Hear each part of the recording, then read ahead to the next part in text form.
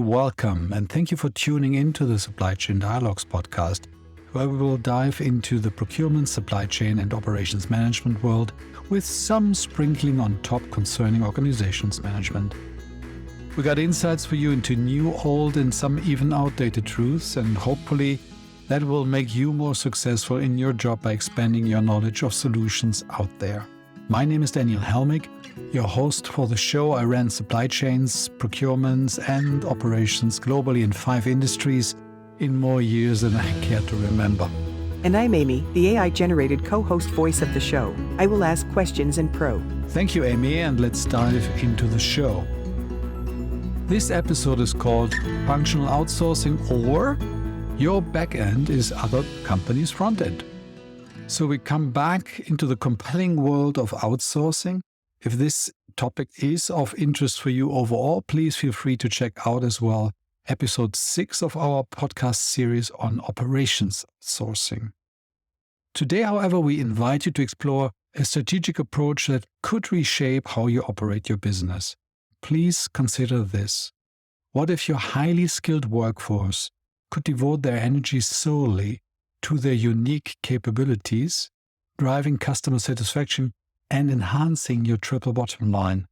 Imagine a scenario where innovative processes, products, and services solutions take center stage, while specialized primarily external entities seamlessly handle routine tactical tasks.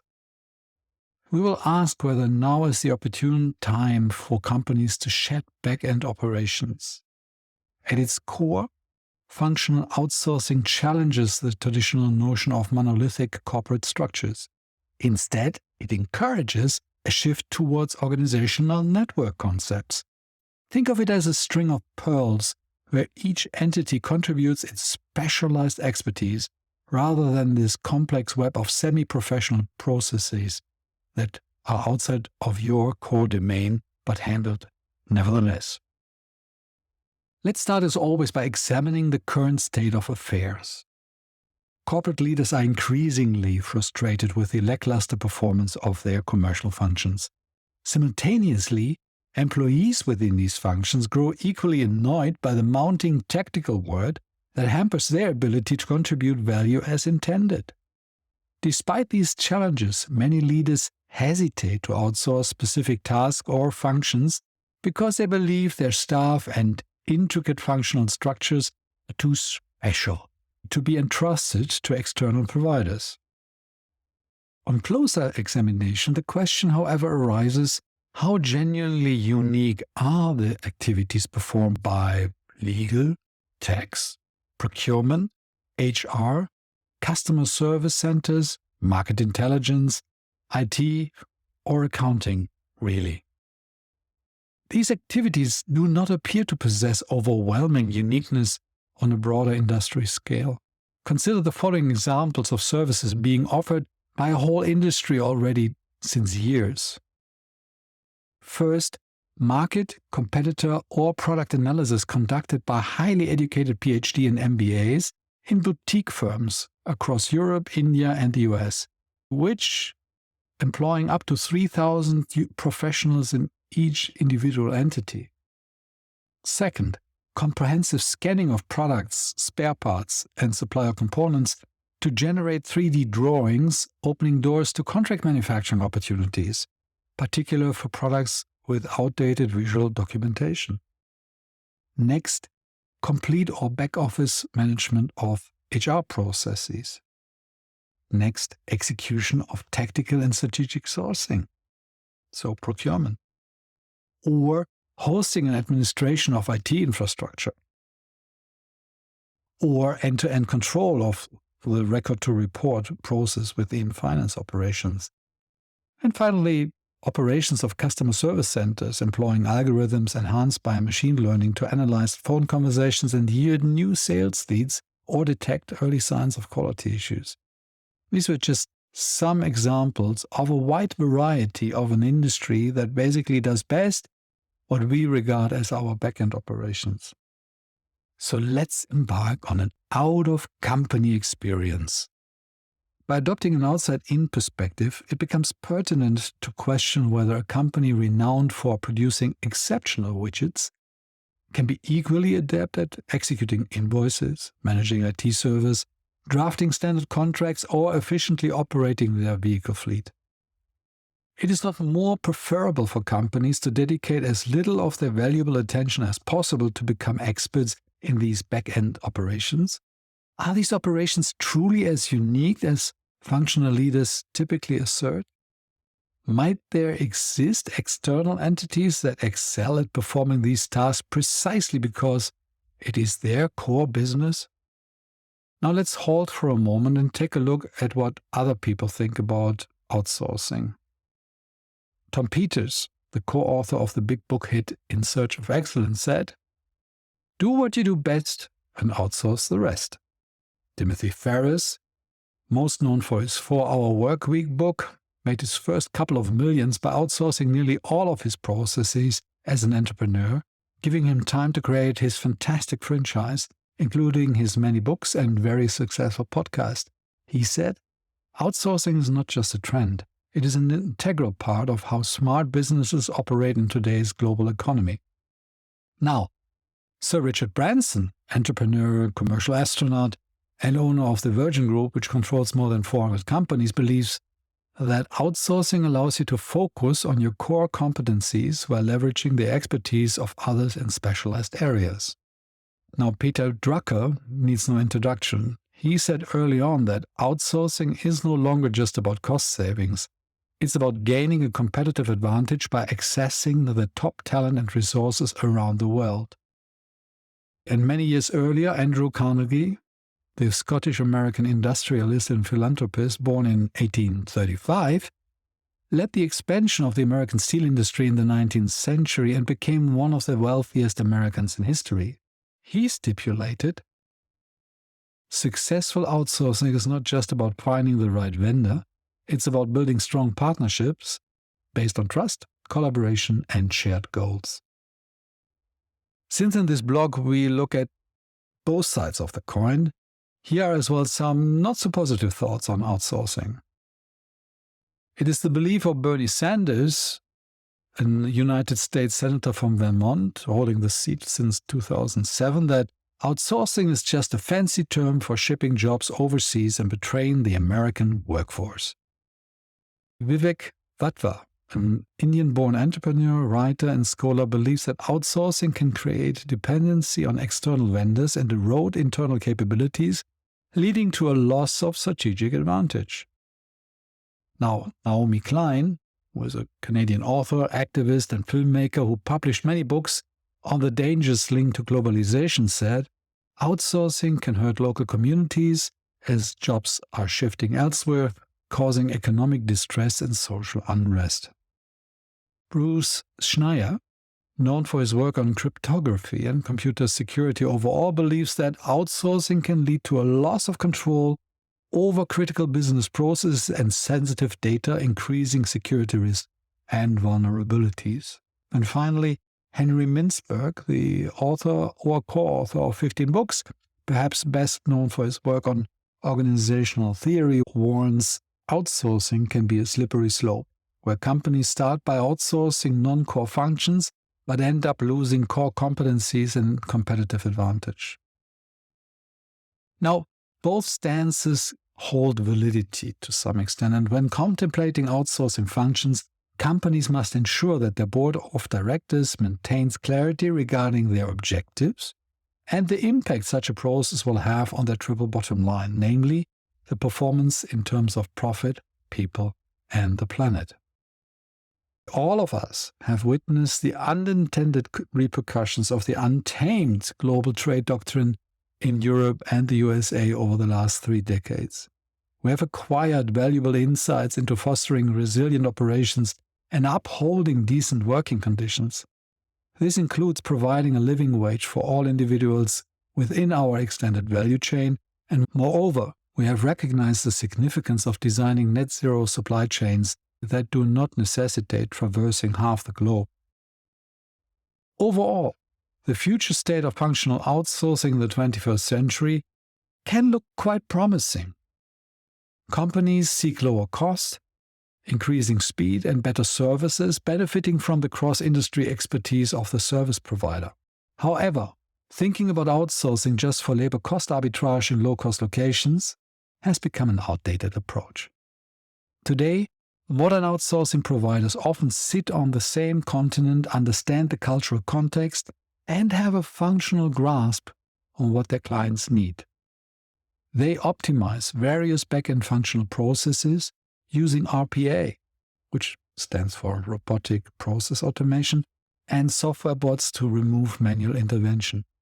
The best providers enhance these bots with machine learning and AI to adapt even to the inconsistencies of corporate processes and functions, the very special ones. This I call the next exponential level of arbitrage. No longer labor, but technical arbitrage, leading to cost reductions of up to 90% and eliminating human intervention. Whether current mega outsourcing providers or innovative startups will lead this field remains to be seen. Many of the big guys have developed all the necessary tools in their shop, but only reluctantly releasing them into the wild. Overall, it is much more profitable to have the client assuming that their work currently done by their people will be done by the outsourcers' people after that. Now, the prospect of loss of labor exceeding 90% may seem daunting. It evokes a similar sentiment to what farmers, cobblers, smiths, and bakers experienced 200 years ago during the Industrial Revolution. These professions nearly vanished with the advent of increasingly advanced technology and automation processes. But our grandfathers and mothers could not understand and grasp what new jobs, from real estate agents, web designers, marketing associates, and so on, would provide the needed income to put more than just food on the table. When we examine this in the broader scope of macroeconomics, these transformative shifts have yielded positive outcomes. According to the United Nations data, the percentage of people living in extreme poverty has decreased from 85% in 1800s to 50% in the 1960s and is now below 9%. Similar progress is visible in child mortality rates, nutrition levels, and education statistics. We can also consider that in the last 150 years, humanity grew from 1.5 to over 7 billion people, fed by a fraction of the people needed for this task in the 1800s. 7 billion people need to be entertained, transported, trained and educated, communicated with and cared for, creating jobs over jobs. So we should maintain trust in our human capacity to construct the new level of society and welfare based on these newest technologies and bring gainful employment and purpose to those people. There are no insurmountable obstacles except for our willingness to embrace the change. So, enough about some background of the current state and the different views existing. Let's evaluate your company's readiness for embracing functional outsourcing by considering the following statements. Take count of how many of the questions that Amy poses you can confidently answer with a resounding yes based on your factual evidence. In the last 3 to 5 years, have your board of directors members visited a functional outsourcing provider for benchmarking processes or learning about the latest digitalization trends? This is what we say in many podcasts and as well advise our clients on. Nothing is better to change opinions and ingrain prejudices than to see it firsthand. No PowerPoint or a visit of a so-called expert in the boardroom will come even close. So, if you visit Accenture, Infosys, IBM, and Tata, just a few of the giants in this field have done substantial work behind their walls, which is worth visiting. Or go to companies on the forefront of RPA and machine learning that can show real applicability and that might light up many neurons in the minds of those board members. Only then you do understand how significant your gap is. If you understand this, you will work on it going forward, no doubt. Does your corporate culture promote transparent engagement with employee representation, such as workers' councils, regarding outsourcing discussions? I have seen so many poorly managed outsourcing discussions. Instead of sitting together with the employees and their representatives to solve the gap, everything is done secretively until the decisions are made. I get that many companies do not have the best relationship with their employee representation, and as well know that too many people on the other side are just thinking about the next election rather than the good of the company and its people. But there are always other people that either from the management side care for the people or from the employee representation side want to see continuous life for the company. It just takes both sides to define the concept of employment not myopic, as in employment in this company, but rather employment on the broader value chain of this company. If decision makers on both sides start adopting the abundance versus a scarcity mentality, solutions can be found. Do you possess excellent internal knowledge of the outsourcing process, or are you open to seeking external expertise if necessary? Outsourcing is a process as old as 100 years. But modern functional outsourcing is not based on low-cost labor. Still, higher technology arbitrage requires a unique skill set involving process mapping capabilities from the old times of Lean and Six Sigma, combined with brand new knowledge of the art of the possible regarding RPA and AI. In many companies, it is better to involve top-shelf consultancies in searching and implementing this new form of outsourcing. Do you agree that function outsourcing is a science that requires transparency, well-defined statements of work, market testing, and clear contract development? This is kind of a superfluous question. Why would anyone outsource without clearly defining in and output parameters, long-term improvement cycles, and several potential suppliers that optimize their offering through competition? It sounds irresponsible to shareholders and employees, right? Still, if you look at many outsourcing deals in the last 30 to 40 years, about half failed or did not achieve the projected benefits. And if you unpeel this onion of failures, lo and behold, you find mostly a poorly defined statement of work or just involving the golden supplier. And what happens when you source to a company without competition? They do what is best for their shareholders, and you pay dearly for it.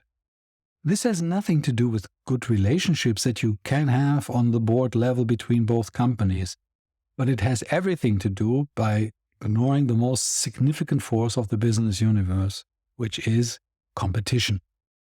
Do you believe that your remaining functional leadership should have a vested interest in the success of outsourcing and be incentivized accordingly to establish a more robust and productive outsourced functional setup? A British politician created many years the slogan, "Turkeys do not vote for Christmas."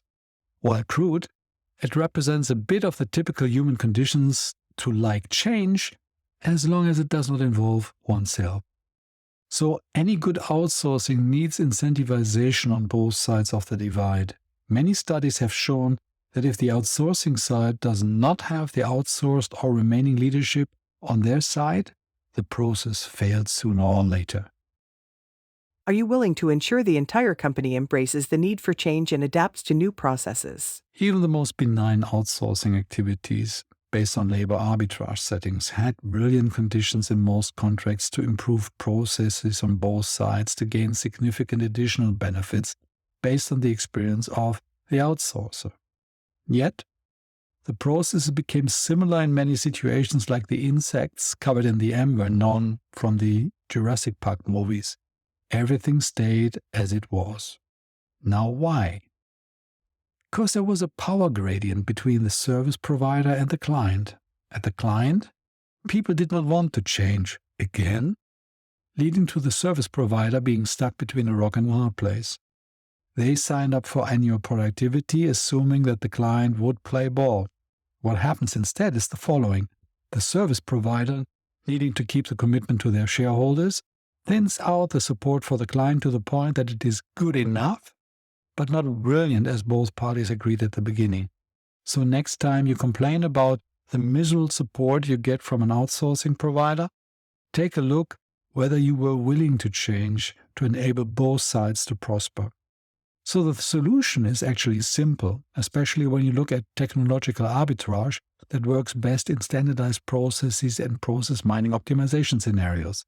Embrace change, not only in the outsourced department, but especially in all other adjacent departments. Without that, don't start. Are you and your employees satisfied with the performance of typical targets for functional outsourcing, such as HR, IT, legal, tax, procurement, internal service centers, accounting, and financial reporting? How long does it take for HR to fill a position via internal and external placement or updating the training catalog? How is the career process managed? How much can you rely that the right amount of your salary is sent into your bank account? Is legal, tax, IT, internal customer focused?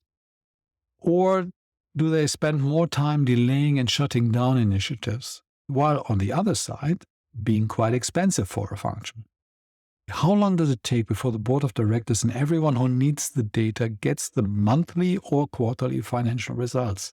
If it takes more than 2 to 3 work days, you have a gap versus best in class. And regarding accounting, do suppliers claim not to be paid? Or is your DSO high?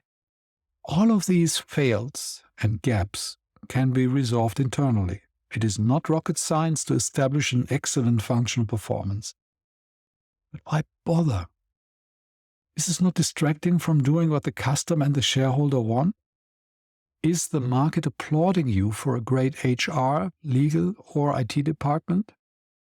But what kind of report card do you get when you lose focus and spend too much time navel-gazing into your organization? Heck, you're great on products and services. Let others handle the rest of what they are good at. Have you established benchmark levels for personnel in your commercial or engineering functions using reputable sources like the Hackett Group? There are 2 typical symptoms of non-benchmark functional performance. Either they are understaffed, since no one cares about the function, or they are ballooning out of proportion since the internal service is seen as important, but the leaders are either not good enough to operate in benchmark conditions, or have a Machiavellian streak and amass roles and responsibilities that do not belong to this function in the typical division of labor concept. It is quite revealing when normalized benchmark numbers are being utilized how many functions are actually bloated. Outsourcing these brings a sizable impact by just cutting the volume back to a decent level at the outsourcing provider. Do your functional leaders perceive outsourcing not as a threat to themselves but as an opportunity to engage in more strategic work for the company? One of my former mentors said something that stayed with me throughout my career. You should always strive to do a good job. If you like to do a great job, eliminate the need for your job. In most circumstances, that makes perfect sense. If you eliminate the job, you standardize, minimize, and optimize to a level that this particular position can be consolidated into something else. I found it always hard to deal with functional leaders convinced that no one could do their function and work better than they and their team. It is pompous and ignorant. There is nearly no function in a company today besides R&D and sales that could not be outsourced and gaining traction if the respective leader would see it as an opportunity to add more value to the operation. These were the questions. Suppose you have answered yes to most of them. Congratulations. You clearly understand the factors necessary to evaluate the relevance of functional outsourcing for your company. I suggest, as always, spend your time on something other than this podcast, plan your vacation, research the next sales opportunity, or meet a colleague from a different floor that you have lost contact with since they moved 2 floors up. If, however, you find that you either don't know the answers or have responded negatively to several questions, you have an excellent opportunity to enhance your gross margin, improve cash flow, and streamline your commercial processes. To determine the size of the price, we would suggest to follow these steps to establish the gap and then set a target. In the past, the calculation would have been based on low-cost labor arbitrage, typically allocating 40% cost reduction to countries like India, China, Vietnam, or Bulgaria and 25% to other Eastern European countries like Poland or Mexico in South America. A sliding scale would be implemented to achieve these benefits, with a gradual increase over 3 years, for example, 10% in the first year, 80% in the second year, and 100% in the third year. In today's context, we approach the size of the prize differently. First, identify the annual personal costs of functions with high repetitive or manual workload, such as finance, HR, back-end sales, for example in the order processing area, service centers, tactical procurement, and IT. Second, conduct an internal assessment, potentially with the help of process mining software, to evaluate the level of automation within these functions. Ensuring that the function does not conduct the assessment by itself is crucial, as objectivity is essential here. Third, grant potential outsourcing partners access to your current state and allow them to evaluate their ability to reduce cost and increase speed through bots, AI, and standardization. Request an implementation timeline outlining the anticipated benefits. Just be cautious of estimates exceeding 1,000 days. You want results quickly, and 24 to 30 months should be quite enough. Fourth, depending on the supplier partner and deal structure, anticipate restructuring costs ranging from 50 to 90% of the outsourced personnel in the first year. These costs should be considered non-EBIT relevant, but will impact your cash performance during the transitional period. Fifth, calculate the cumulative gross margin improvement over the 3 years, considering the benefits achieved each year. Beyond year 4, this improvement will be a perpetuity. 6. Factor in an annual productivity increase of 5 to 10%, reflecting the level of standardization you aim to achieve. And last and seventh, additionally expect a minimum 5% improvement in cash flow due to the accelerated turnover of your cash conversion cycle. Alternatively, if you consider back-office function competence core to your company, or you cannot find the right outsourcing partner, consider investing in process mining, lean methodologies, machine learning, and data scientists to digitize your processes entirely using software bots and machine learning. The transformative impact of such changes on your company is always best left to your imagination. While you will not achieve the same benefits as if you would have outsourced, it might be the right solution for your specific company or industry culture. Now, here a word for the functional heads. As I mentioned before, the company could consider your function as a core competence. Now, this cannot be achieved by window dressing one's performance. People around you normally are quite intelligent, and they understand when you, a colleague, a functional leader, actually provide value to them. As a functional manager and leader, I've learned to first ask what I can do for my internal customers and what is the overall goal of the company. And then I set up the functional targets and processes in a way that they supported this rather than some generic functional definition. Now, as always in this podcast, we aim to provide a practical and actionable pathway for improvement. So here are the proposed steps for setting up a functional outsourcing project. As always, we start with a time plan. Allow for 30 months, about 2.5 years, to ensure adequate planning and execution. The board sponsor should be the CEO, providing the necessary support and oversight. The project lead. Try to appoint a head of the affected function as a project lead, accompanied by a small team of experts from their respective organizations. Alternatively, you can consider assigning a leader from outside the function as the outsourcing project head, reporting directly in both cases to the CEO or CFO. Let's look at the project setup. Well, you start by conducting a full market test involving a maximum of 4 potential outsourcing providers. If you do more, you will have a hard time assessing the tender documents due to the volumes you have to read through. Look at the due diligence with the potential outsourcing partners, understand clearly with whom you're dealing with and whether you would hand over the business to each and every one of them. Then develop a request for quotation, which is called RFQ, based on clear key performance indicators that you set. Then establish a joint project team that conducts daily action-based catch-ups during the first year. Afterwards, shift to a weekly task force with clearly defined objectives.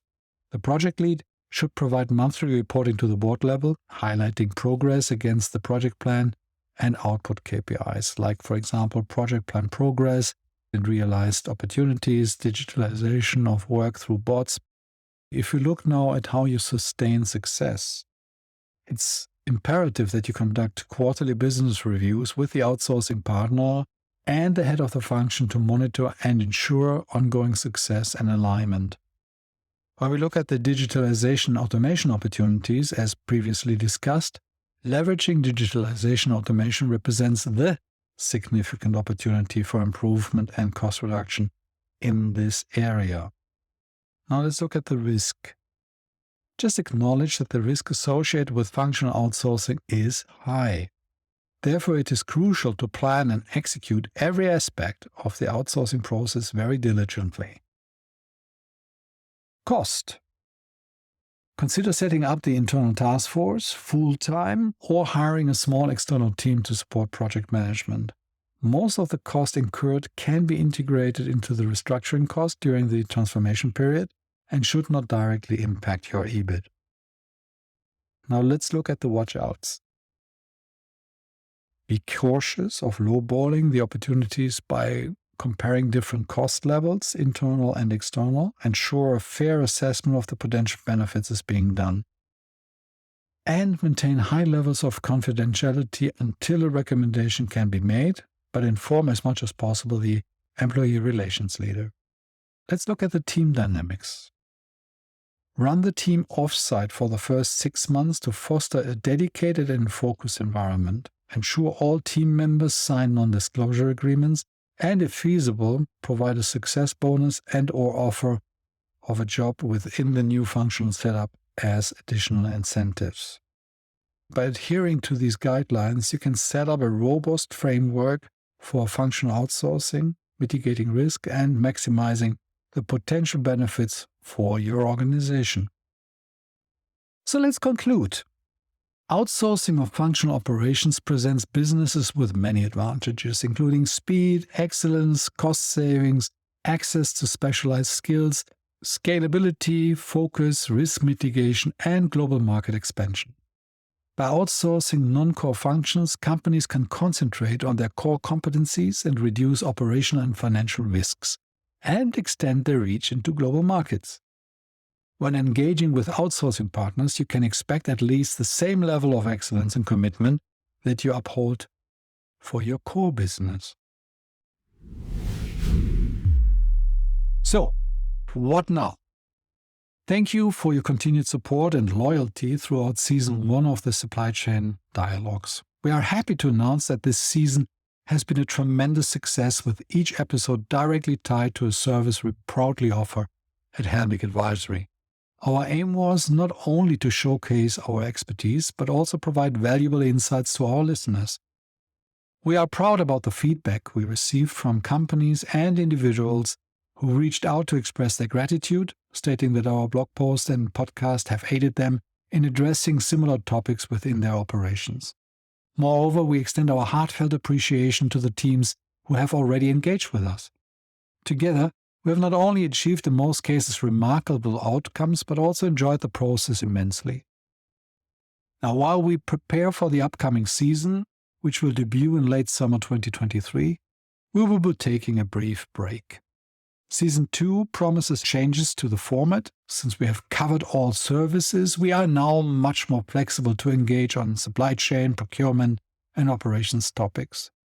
If there are any specific topics you would like us to explore in the upcoming season, or have any other suggestion of how to make this podcast or the blog more engaging, we encourage you to reach out to us at contact@helmickadvisory.com.